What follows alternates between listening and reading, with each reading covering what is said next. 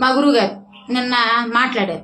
గురుగారు మీరు నలుగురు పిల్లల్ని ఇప్పుడు కానండి నేను చంద్రబాబు నాయుడు గారిని నారా లోకేష్ గారిని దండం పెట్టి మా గురువు గారికి ఆయన కన్నా నలుగురు బిడ్డలకి దయచేసి తల్లికి వందనం పేరుతో కేవలం మా కొడాలి నాని గురువు గారికి మాత్రమే శాంక్షన్ చేయండి అని నేను అడుగుతా గురువుగారు.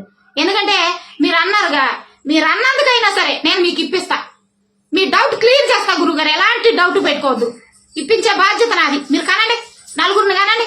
సిగ్గులేని మాటలు మాట్లాడుతున్నాం.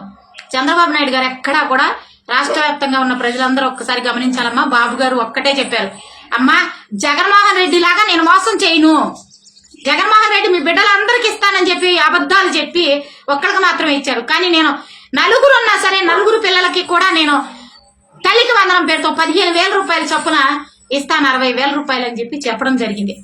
దాన్ని కూడా ఈ లారీ మా గురువు గారు లారీలు తుడుచుకుని ఆ లాంగ్వేజ్, ఆ భాష, ఆ ఆలోచనే ఉంటది కాబట్టి అక్కడ ఆగిపోయారు మా గురుగారు. గురుగారు అక్కడ నుంచి బయటికి రండి, మీరు ఒక ఎమ్మెల్యే, ఒక మంత్రిగా కూడా చేశారు, మనకి కాస్త సిగ్గుండాలి కదా గురుగారు.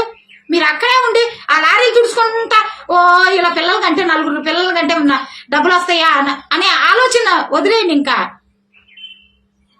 చంద్రబాబు నాయుడు గారు అంటే ఏంటి, గతంలో 5-6 పిల్లలు ఉన్న వాళ్ళకు కూడా స్కాలర్షిప్ ద్వారా డబ్బులు ఇచ్చి చదువుకోమని ప్రోత్సహించినటువంటి మంచి మనసు కలిగిన వ్యక్తి.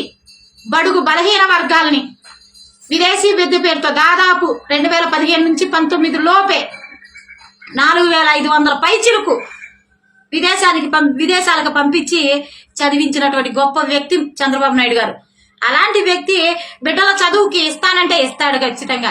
మీ జగన్మోహన్ రెడ్డి లాగా కండిషన్ సప్లై అని చెప్పడు గురువు గారు. మీరు కాస్త ఇప్పటికైనా మీరు మేలుకోండి. మా లోకేష్ గారు ఎందుకు కంటావు నువ్వు ఇప్పుడు నలుగురిని కంటే ఖచ్చితంగా నీకు ఎలాగైనా సరే మీ పిల్లలకు 1 సంవత్సరం ఉన్నా ఆఖరికి 6 నెలలు ఉన్నా సరే నేను ఇప్పిస్తా.